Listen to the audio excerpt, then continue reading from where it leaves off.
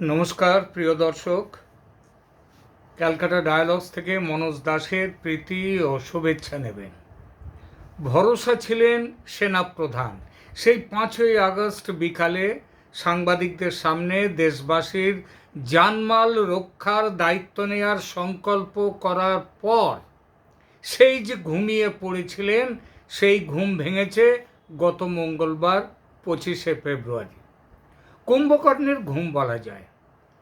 লঙ্কার রাবণ রাজার ভাই কুম্ভকর্ণ 6 মাস ঘুমানোর পর জাগতেন। সেনাপ্রধান জেনারেল ওয়াকার কয়েকদিন কম 7 মাস ঘুমানোর পর জেগেছেন।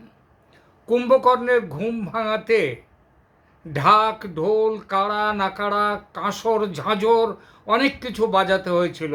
সেই সঙ্গে কিল, চড়, লাথি, ঘুষি, চিমটি এসবও দিতে হয়েছিল। বাংলাদেশের জেনারেল যে কুম্ভকর্ণ, তার ঘুম ভাঙাতেও কিন্তু কম কিছু করতে হয়নি। 3,500 পুলিশ, 1,200 আওয়ামী লীগ নেতাকর্মী, কয়েক হাজার হিন্দুর জীবন ও সম্পত্তি, কয়েক হাজার নারীর সম্ভ্রম, এসবের সঙ্গে জাতির ঐতিহ্য, সংস্কৃতি, শিল্প, ভাস্কর্য, এমনকি মুক্তিযুদ্ধের চেতনাকে পর্যন্ত বিসর্জন দেওয়ার পর তখন ঘুম ভাঙল আমাদের বাংলাদেশের কুম্ভকর্ণ, আমাদের জেনারেল ওয়াকার সাহেবের। অবশ্য এহ বাহ্য আগে কহ আর, সেটা ওই ট্রাম্প মোদির যুগলবন্দি। ওই চাপ না খেলে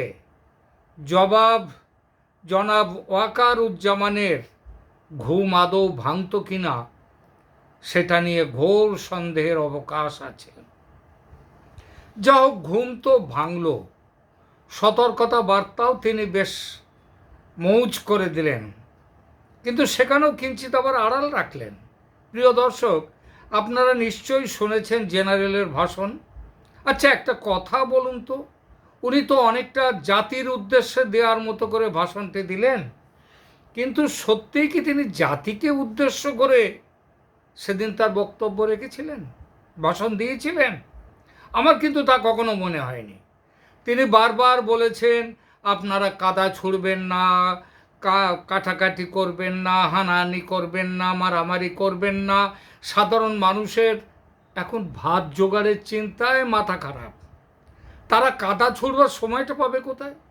আর কাদা কি তারা ছুটছে? বাংলাদেশে হানাহানি কাটাকাটি কি সাধারণ মানুষ করছে? একদমই নয়। সুতরাং কাদা না ছোড়ার হুঁশিয়ারি, হানাহানি না করার হুঁশিয়ারি, এগুলো তিনি কাদের দিলেন? কাদের উদ্দেশ্যে বললেন এই কথাগুলো? আইন শৃঙ্খলা নিয়ে সরকারের সমালোচনা, সে ব্যাপারে বেশ কিছু কথা তিনি বলেছেন। সমালোচনা করবে কে? সাধারণ পাবলিক সমালোচনা করার সাহস আছে? মাথা খারাপ? কার ঘাড়ে কটা মাথা আছে যে আইন শৃঙ্খলা নিয়ে কাঠগড়ায় দাঁড় করাবে পুলিশ, মিলিটারি এবং এদের চেয়েও সাংঘাতিক ওই বৈষম্য বিরোধীদের? তাদের বিরুদ্ধে কে কথা বলবে? ধরে মাথা থাকবে? সুতরাং এই বিষয়ে যে সাফাই দিলেন সেদিন জেনারেল সাহেব, সেটাও মানুষের উদ্দেশ্যে নয়। তাহলে কার বা কাদের উদ্দেশ্যে তিনি বলেছিলেন হানাহানি করবেন না? তারপর ধরুন পিলখানা হত্যাকাণ্ড নিয়ে জল ঘোলা করা হচ্ছে, তো এটা কি সাধারণ মানুষ করছে? সাধারণ মানুষের 14 পুরুষ ভাবতে পারে পিলখানা হত্যাকাণ্ড নিয়ে জল ঘোলা করার কথা? সে হত্যাকাণ্ডে আজকে 15-16 বছর পরে সেখানে কি হলো না হলো তাতে সাধারণ মানুষের কিছু আসে যায় না। তাছাড়া পিলখানা কাণ্ডের ঘোলা জলে মাছ আদৌ আছে কি না, কিংবা থাকলেও কি মাছ আছে, সেটা কিভাবে ধরা হবে, সেটা জানার কথা নয় সাধারণ মানুষের। 16 বছর আগের ঘটনা, ইতিমধ্যেই সে মামলার রায় দেয়া হয়ে গেছে। অনেকে ফাঁসি কাটে ঝুলেছে, মেরে ফেলা হয়েছে, অনেকে শাস্তি পেয়েছেন, অনেকে ছাড়া পেয়েছেন। একবারে পরিপূর্ণ বিচার করে সেগুলো করা হয়েছে। সুতরাং নতুন করে তার বিচার করতে হবে এ নিয়ে তো গণদাবি ওঠেনি। দাবিটা তুলেছে কারা? সেটা জেনারেল সাহেব খুব ভালো রকমই জানেন। তাহলে জেনারেল সাহেব যে কড়া গলায় ফুল স্টপ বললেন, সেটা কাদের উদ্দেশ্যে? জনগণের উদ্দেশ্যে নয়। তাহলে যারা এই পিলখানা হত্যাকাণ্ড নিয়ে আবার জল ঘোলা করা শুরু করেছে, তাদের উদ্দেশ্যে তিনি বলেছেন। তারা কারা? বলছি, আস্তে আস্তে আসছে। এবং নির্বাচন নিয়ে তিনি কড়া বার্তা দিয়েছেন। Free and fair and inclusive election করতে হবে ডিসেম্বরের মধ্যে। আচ্ছা, এই কথাটা তিনি কাকে বললেন? সাধারণ মানুষকে? সাধারণ মানুষের ক্ষমতা আছে কবে নির্বাচন হবে না হবে সেসব ঠিক করার? তাদের সে সুযোগ আছে? এখানে তো কয়েকজন মানুষ তারা বসে ওপরে ঠিক করছে। আজ বলছে কাল হবে নির্বাচন, কাল বলছে 6 দিন পরে হবে, কি 10 দিন পরে, কি 10 মাস পরে হবে। আবার আমাদের প্রধান উপদেষ্টা তিনি বলছেন অন্তত 6 বছর, তিনি একসময় বলেছিলেন 6 বছর ধরে সংশোধনের জন্য দরকার, দেশকে পুরো একেবারে আগা পাঁচতলা ঝেড়ে পরিষ্কার করতে হবে, সংশোধন করতে হবে, তারপর ভোট হবে। আর এই 6 বছর তিনি থাকবেন ক্ষমতায়। তো জনগণ না হলে জনগণের মাথায় যারা বসে আছেন তাদের উদ্দেশ্যে কি হুমকিটা দিলেন আমাদের জেনারেল সাহেব? সত্যিই তাই। তার সব আলোচনার তীর মোহাম্মদ ইউনূস অ্যান্ড কোম্পানির দিকে। অথচ দেখুন তারা কেমন ঘাপটি মেরে বসে আছে এই ওয়াকার সাহেবের সব কথা শোনার পরেও। কেউ কোনো কথাটি বলছে না। কেন বলছে না? কারণ তারাও বুঝে গেছে ওয়াকারুজ্জামানের জোর, যে হঠাৎ জোরটা এসছে, হঠাৎ যে তার ঘুমটা ভেঙেছে, এইসব জোর কোত্থেকে এলো এবং ঘুম কেন ভাঙলো, এটা তারাও বুঝেছে। এতকাল ওয়াকার সাহেবকে ইউনূস এবং তার উপদেষ্টারা সেই নিতান্ত একটা মেড়া ভেবে এসেছেন। তারা জানতেন যে মেড়া লড়ে খুঁটির জোরে। মজাটা হলো সেই খুঁটি ছিল একটাই, সেই খুঁটি ছিল ইউনূসেরও যা খুঁটি, একই খুঁটি ছিল আমাদের ওয়াকারুজ্জামান সাহেবের। সেই খুঁটির নাম আমেরিকা, বাইডেন সাহেব। সে খুঁটি এখন নিজেই গায়েব। ফলে ওয়াকার সাহেব যেমন নড়বড়ে, ইউনূস মিয়াও তাই। নতুন খুঁটি তৈরির চেষ্টায় দুজনেই ব্যস্ত। তার মধ্যে ইউনূস ফেল, কারণ পুরনো ঝগড়া তার। সেই 2016 সালের আমেরিকায় সূর্যগ্রহণ হচ্ছে বলেছিলেন না ট্রাম্প জেতার পর। সুতরাং সেই থেকে ট্রাম্পের সাথে তার সম্পর্কটা আদৌ ভালো নয়। আর ট্রাম্প যা ওই খেপচুরিয়াস গোত্রের মানুষ, তাতে চিড়ে ভেজানো ইউনূসের পক্ষে খুব মুশকিল। সুতরাং তিনি করলেন কি? তিনি হাত বাড়ালেন নরেন্দ্র মোদীর দিকে। কোন নরেন্দ্র মোদী? যাকে আবার বলেছেন তিনি কিছুদিন ধরে নরেন্দ্র মোদীর দিকে হাত বাড়িয়েছেন, কারণ মাঝখানে তো ডিভোর্সের মামলা তুলে দিয়েছিলেন নরেন্দ্র মোদীর বিরুদ্ধে। পরের দিকে ওই 13 ফেব্রুয়ারি এবং তার কিছুদিন আগের থেকে ট্রাম্প ক্ষমতায় বসার পর থেকে তিনি ডিভোর্সের মামলা তুলে নেওয়ার কথা বলছেন ইউনূস সাহেব। তবে মোদিও কম খেলোয়াড় তো নয়। আমাদের ট্রাম্প সাহেব কী বলেছেন মোদি সম্পর্কে? যে তিনি মোদি নাকি ট্রাম্পের থেকেও তিনি ভালো দর কষাকষিটা বোঝেন। ফলে মোদির সাথে জমাতে পারেননি ইউনূস সাহেব। বিমর্ষ ইউনূস মিয়া। কিন্তু খুঁটি পেয়ে গেছেন সেনাপ্রধান ওয়াকার সাহেব। ভারতের জেনারেল উপেন্দ্র দ্বিবেদী তো বলেই দিয়েছেন বেশ কিছুদিন ধরে তারা দুজন, অর্থাৎ 2 সেনাপ্রধান দ্বিবেদী এবং ওয়াকারুজ্জামান, এরা প্রায় কথাবার্তা বলেন নাকি। আজকাল নাকি 2 সেনাপতি ফোনে গল্প সল্পও করেন আবার। ওয়াকার সাহেব খুঁটি পেয়ে গেছেন, সেই জন্য তার ঘুম ভেঙেছে। এতকাল তিনি ঘুমিয়েছিলেন। এবং খুঁটি যে ওয়াকার সাহেবের যে খুঁটি এখন হয়েছে, সেই খুঁটি কি করতে হবে সেটাও বলে দিয়েছেন। গত 2-3টে ভিডিওতে বলেছি ভারতের ন্যাশনাল সিকিউরিটি অ্যাডভাইজার অজিত ডোভালের 3 পয়েন্ট অ্যাকশন প্ল্যানের ব্যাপারে। এই প্ল্যানের 1 নম্বরে ইউনূসকে হটাও, প্রস্তাব দাও স্বেচ্ছায় বিদায় নিতে, তাতে জান বাঁচবে, ইউনূসের মানও বাঁচবে। আর নম্বর 2 ছিল কি? না বিদায় না নিলে তাকে জোর করে তুলে নিয়ে এসে ঢুকিয়ে দাও ভেতরে, তৈরি হোক নতুন মন্ত্রিসভা, রাষ্ট্রপতি তো আছেন, অসুবিধা নেই। এবং এটা কার হবে, কার নেতৃত্বে নতুন মন্ত্রিসভা হবে, তার জন্য 3 নম্বরে আসি। 3 নম্বর পয়েন্ট, অ্যাকশন প্ল্যান।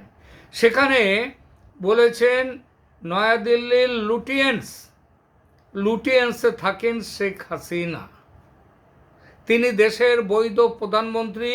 এই যে সামরিক সরকার, সামরিক রয়েছে বাহিনী বাংলাদেশে, এই ওয়াকারুজ্জামান যার সেনাপ্রধান, তিনি ব্যবস্থা করে শেখ হাসিনাকে পাঠিয়ে দিয়েছিলেন সামরিক বাহিনীর বিমানে করে ভারতে, এবং ভারতে তিনি যথাবিহিত এখানে যথাবিধি অতিথি হয়ে রয়েছেন। তাহলে 3 নম্বর পয়েন্টটা এসে গেছে যে এই তাকে আবার ফিরিয়ে আনতে হবে বাংলাদেশে, এবং যেভাবে ওই ওয়াকারুজ্জামান তাকে পাঠিয়ে দিয়েছিলেন দিল্লিতে, ঠিক সেই একইভাবে আবার দিল্লি থেকে তাকে ফেরত নিয়ে আসতে হবে ঢাকায়, এবং ঢাকায় নিয়ে এসে নতুন মন্ত্রিসভা করতে হবে। সেই মন্ত্রিসভা কার নেতৃত্ব হবে?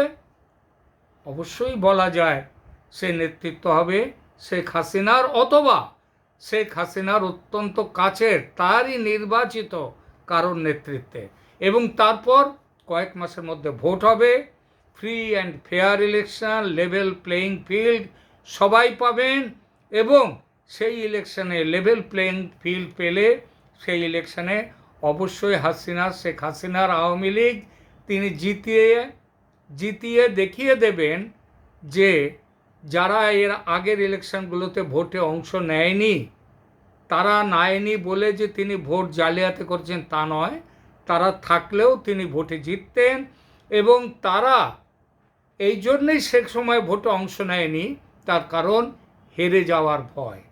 সেটা সেখানে কোনো রকমভাবে যে ভোট জালিয়াতি করে জেতা তা নয়। তো এইটা এখন এই যে বাংলাদেশে একটা নতুন পরিস্থিতি তৈরি হয়েছে, এই পরিস্থিতিতে সবথেকে মুষড়ে পড়েছে কারা? মুষড়ে পড়েছে ইউনূস কিংবা উপদেষ্টা যারা, ওরা তো মুষড়েছে, কিন্তু দল হিসেবে এবং দেশ হিসেবে মুষড়ে পড়েছে কারা? মুষড়ে পড়েছে পাকিস্তানের ISI, যারা যুদ্ধ শেখাতে এবং বাংলাদেশে ঘাঁটি গেড়ে ভারতে হামলা করবে বলে এত প্ল্যান প্রোগ্রাম করে বাংলাদেশে এসে হাজির হয়েছিল। ওই যে ওদেশে আসিম মুনির, যিনি ISI এর প্রধান, তিনি ঘুরে গিয়েছিলেন সদল বলে, আবার বাংলাদেশ থেকে একদল কয়েকবার তারা চলে গিয়েছে ওখানে, এমনকি নৌবাহিনীর সাথে মহড়া পর্যন্ত দিয়ে এসছেন বাংলাদেশের সেনাকর্তাদের। এরা এত সব করেছে, আর ওয়াকার সাহেব কিচ্ছু জানতেন না? সব জানতেন। কিন্তু এখন আর সেই প্রসঙ্গে যাব না, কারণ ওয়াকার যখন এখন ঘুম ভেঙে তার যখন আবার জ্ঞান ফিরেছে, তিনি স্বাভাবিক হয়েছেন, এতদিন অস্বাভাবিক ছিলেন, সুতরাং এখন আর ওয়াকার সাহেবকে নিয়ে কিছু বলবো না।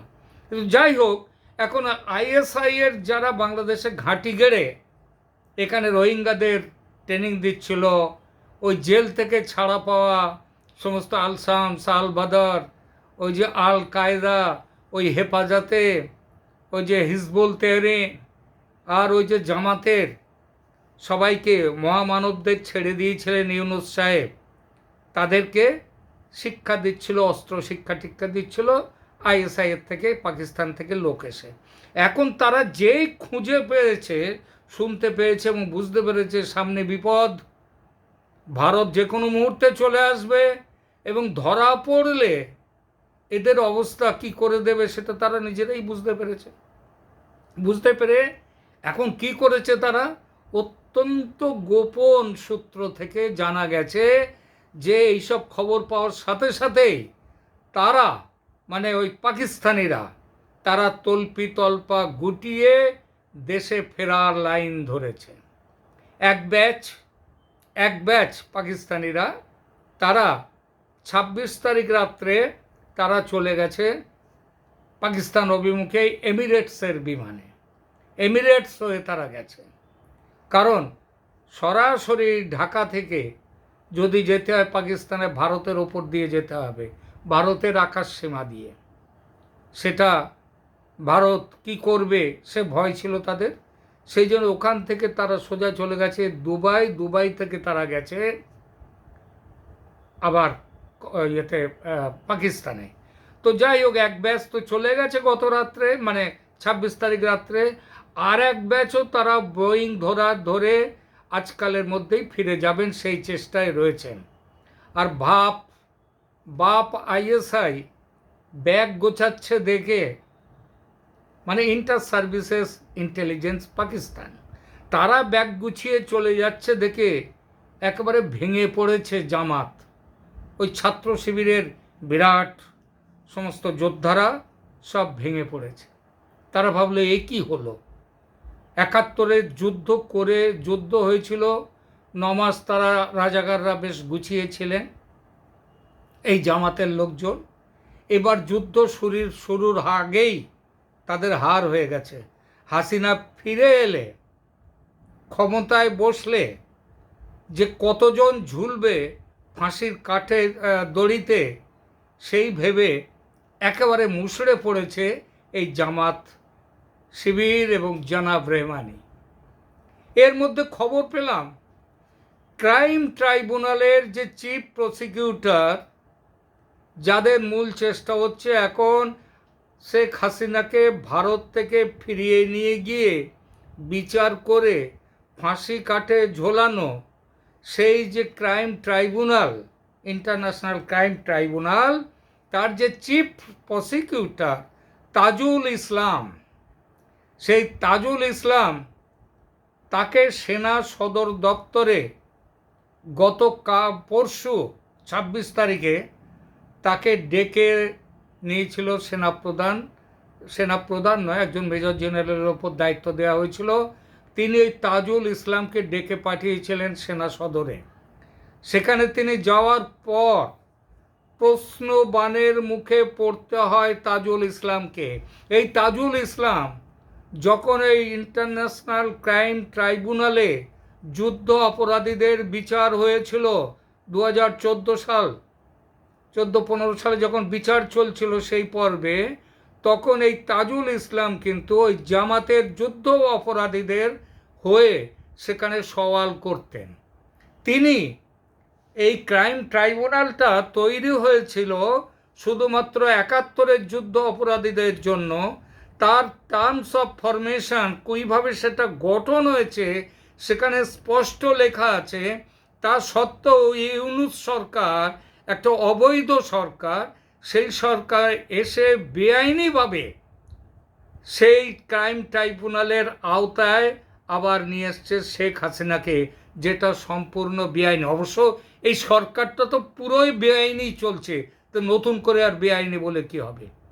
তো এখন এই পরে যেটা হয়েছে যে সেই জায়গাতে, যা এখানে ক্রাইম ট্রাইব্যুনালের তিনি হচ্ছেন গভর্নমেন্টের, তিনি প্রসিকিউটর, চিফ প্রসিকিউটর তিনি এই ইউনূস সরকারের, এবং তার মূল ধান্দা হচ্ছে যেখান থেকে সেখান থেকে জোগাড় করে, সাক্ষী জোগাড় করে, মিথ্যে সাক্ষী জোগাড় করে তাদেরকে পড়িয়ে লিখিয়ে পড়িয়ে বুঝিয়ে শুনিয়ে শেখ হাসিনার বিরুদ্ধে কেস পাকা করা। তাদের একটাই কথা, আমরা এইগুলো করেছি, আমরা অমুককে খুন করেছি, অমুককে গুম করেছি, পুলিশের লোকজন সব। তাদেরকে যে গুম করাগুলো করেছে তারা কার নির্দেশে? শেখ হাসিনার নির্দেশে। শেখ হাসিনা তাদেরকে বলেছে ওকে গুম করো, ওকে খুন করো, ওরা তাই করেছে। তাই এইটা করছে কয়েকজন পুলিশ অফিসারকে, পুলিশকে সেই সময়ের তাদেরকে ডেকে নিয়ে এসে তাদের কাছে যখন এগুলো শেখাচ্ছে পড়াচ্ছে, তারা যখন অনেকেই রাজি হচ্ছে না এই কথাগুলো বলার জন্যে, তখন আবার তাদের ওপরে নানা রকমভাবে চাপ সৃষ্টি করা হচ্ছে, মারধর করা হচ্ছে। তো এইরকম একজন পুলিশ অফিসার, অনেক পুলিশ অফিসার, পুলিশকে ডেকে নিয়ে আসা হয়েছিল ওই আমাদের চিফ প্রসিকিউটর ওই তাজুল ইসলামের তার অফিসে, তার জায়গায়, সেখানে নিয়ে এসে তাদের উপরে চাপ দেওয়া হয়।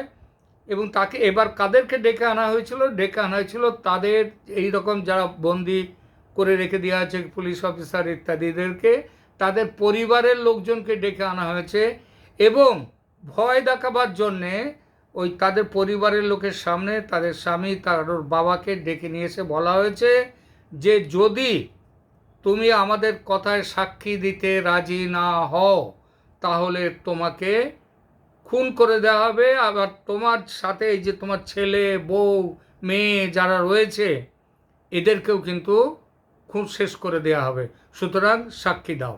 এইভাবে চাপ সৃষ্টি করছিলেন। এই খবর সেনাপ্রধান কিংবা সেনা দপ্তরে বহুদিন আগেই এটা চলেছিল, কিন্তু এতদিন ধরে কিন্তু সেনাপ্রধান কিংবা সেনা দপ্তর কিছু বলেনি। এই মঙ্গলবার এই সেনাপ্রধানের এইসব ভাষণের পর এইবার তাকে ডাকা হয়েছে, ওই তাজুল ইসলামকে ডেকে তাকে ভয় দেখানো হয়েছে, বলা হয়েছে তুমি যা করছো এর জন্য তোমার ফল ভুগতে হবে, এক্ষুনি যা করছো সেসব করা বন্ধ করো, নইলে খুব খারাপ হবে। এবং যখন এইসব বলার পরে যখন তাজুল ইসলাম সেখান থেকে চলে যান তখন তার কান্নাকাটির মতো অবস্থা, এমনভাবে তাকে ভয় দেখানো হয়েছিল। সুতরাং মিথ্যে সাক্ষী তৈরি করে শেখ হাসিনার সরকারকে এরপরে যে ওই সেখানকার বিচারপতিদেরকে ট্রাইব্যুনালের যারা বিচার করছে তাদেরকে যে ডেকে ভয় দেখানো হবে না সেনার পক্ষ থেকে, আমি সেই ব্যাপারেও আমার বক্তব্য হচ্ছে, আমার মনে করি তাদেরও ভয় দেখানো হবে যে তারা তোমরা আর বেশি এগিয়েও না, ইউনূসের দিন শেষ হয়ে যাচ্ছে। সুতরাং তারাও এখন সেনা অলরেডি কাজ শুরু করে দিয়েছে, আগামী দিনে আরও কাজ শুরু করবে। আর ইউনূস মিয়ার কথা এবার শেষে বলি, তিনি এখনও তার কাছে খবর পৌঁছে গেছে যে তাকে পদত্যাগ করে সরে যেতে হবে, কিন্তু তিনি এখনও যেতে চাইছেন না। এখনও তিনি ভাবছেন যে কি হবে, আর তো কয়েকটা দিন বাঁচবো, যে কটা দিন বাঁচি এখানে বসে থাকি, আমার এই জায়গা, আমার প্রধান উপদেষ্টার জায়গা আঁকড়ে বসে থাকি, কারণ মরণ তো একদিন হবেই, সবারই হবে, জন্মিলে মরিতে হবে, অমরকে কোথা হবে। তো 87 বছর নিজেকেই তিনি এখন সান্ত্বনা দিচ্ছেন, 85 না 86 বছর তো বাঁচলে আর কেন, এবার চেপে বসে থাকো তোমার চেয়ারে, তুলে ফেলবে যখন তখন নয় উঠে যেও, ফাঁসি হলে আবার একটা যে এটাও একটা রেকর্ড হবে যে শান্তির নোবেল জয়ীকে অশান্তির জন্যে ফাঁসি কাটে চড়তে হচ্ছে, এটাও আরেকটা রেকর্ড হবে। সুতরাং আপাতত তো ভোগ করে যাও, তারপরে দেখা যাবে। ওই যে আশায় বাঁচে চাষা, আমাদের ইউনূস তিনি তো শুনেছি চাষি পরিবার না হলেও ওই সুৎখোর পরিবারের সন্তান, সুতরাং সহজে তার আসা যায় না।